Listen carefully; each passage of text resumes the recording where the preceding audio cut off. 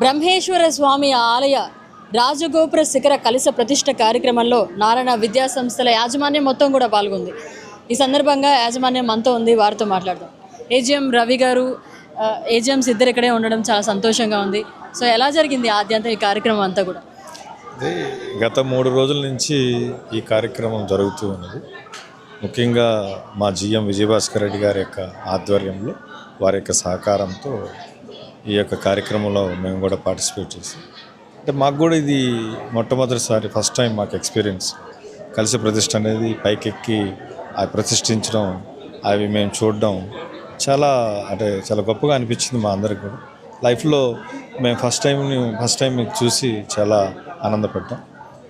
అందరికి కూడా ఈ యొక్క టెంపుల్ తరపున విషెస్ కూడా తెలియజేస్తున్నాం.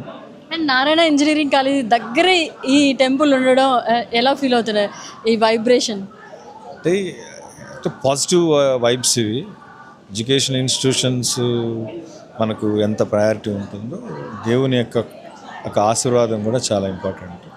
సో ఈ టెంపుల్ వల్ల చుట్టుపక్కల ప్రాంతాలందరికీ కూడా మంచి పాజిటివ్ వైబ్స్ వస్తాయి.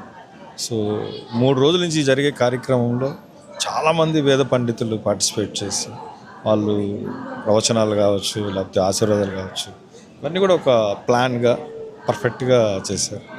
సో ఈ కార్యక్రమాన్ని ఇంత దిగ్విజయంగా చేసినటువంటి కమిటీ పెద్దలందరూ కూడా మా అందరి తరపున కృతజ్ఞతలు.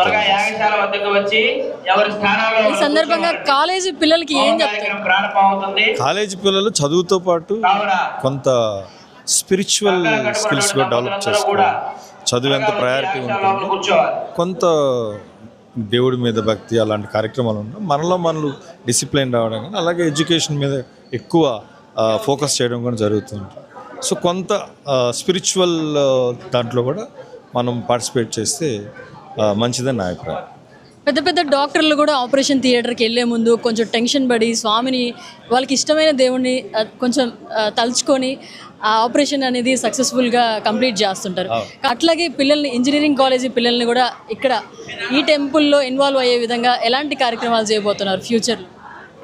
యాక్చువల్గా మీరు షార్ కూడా చూసుకోండి. ఏదన్నా లాంచ్ చేసేటప్పుడు రాకెట్, శాస్త్రవేత్తలు అందరూ టెంపుల్కి వెళ్ళి, చెంగాలమ్మ టెంపుల్కి వెళ్తారు. అక్కడ అమ్మవారి ఆశీర్వాదం తీసుకుంటారు. ఆ తర్వాతే సో మనకున్నటువంటి స్పిరిచువల్ కానీ, లేకపోతే మనకున్న కల్చర్, ట్రెడిషన్ అలా ఉంది కాబట్టి, సో మన ట్రెడిషన్స్, మన కల్చర్ని మనం వదిలిపెట్టకుండా, పిల్లలకి చదువు ఎంత ఇంపార్టెంటో ఆధ్యాత్మికత కూడా అంతే ఇంపార్టెంట్. స్పిరిచువల్లో కూడా మనం వాళ్ళకి అలవాటు నేర్పిస్తే వాళ్ళు మంచి మార్గంలో నడుస్తారు.